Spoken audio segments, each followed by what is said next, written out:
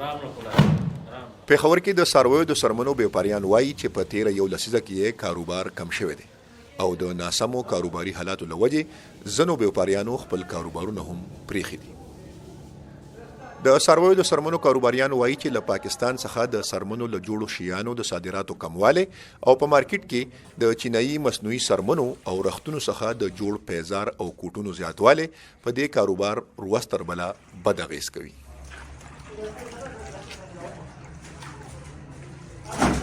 سبا چې کوم دی واټر پروف د لیدر ای راویستی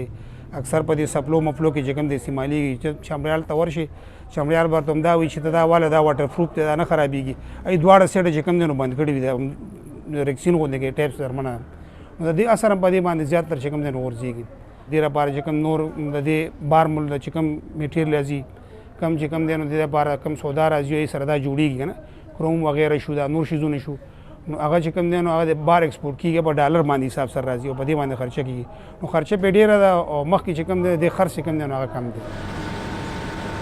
د څرمنو پروسس کولو زیاتره کارخانې په پنجاب او یا هم په کراچۍ کې دي. دا په کراچۍ کې د څرمنو د پروسس یوه کارخانه ده چې مالک یې د یادو کارخانو د اتحادیې مشر هم دی.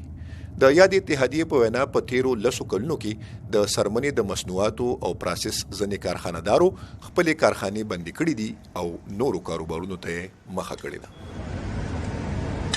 देखिए पाकिस्तान की जो ओवरऑल लेदर की और लेदर له پاکستان د څرمنو او د څرمنې د جوړو مصنوعاتو صادرات په 2014 کال کې 1.2 بلین ډالر وو او اوس د 2015 تر جون پورې تیر مالی کال کې د 900 ملیون ډالر څخه کم صادرات شوي دي. زما په خیال د څرمنې د ټیننګ کارخانو کې د 15 نه 13% پورې کارخانهدارو نورو کاروبارونو ته مخه کړې ده او دغه رنګ د څرمنې د مصنوعاتو د 15 څخه تر 40% پورې کارخانهدارو هم نور کاروبارونه پیل کړي دي او د څرمنې د پیزار هم نږدې 13% کارخانې بندي شوي دي. یوازې د څرمنې د دستانو کاروبار وده کړې ده او موږ سره شمیرې هم موجود دي چې په تیر 10 یا 15 کاله کې د دستانو د جوړولو او صادراتو کاروبار کوونکي زیات شوي. increase हुई है in the last 10-15 years. حامد ارشد ظهور وایي چې چینایي مصنوعات د څرمنو د کاروبار د کموالي یو لامل دی خو په پاکستان کې زیات ټیکسونه د بجلی او ګیس لوړ نرخونه او صادراتو کې مشکلات هم په دې کاروبار بد اغیز کړی دی.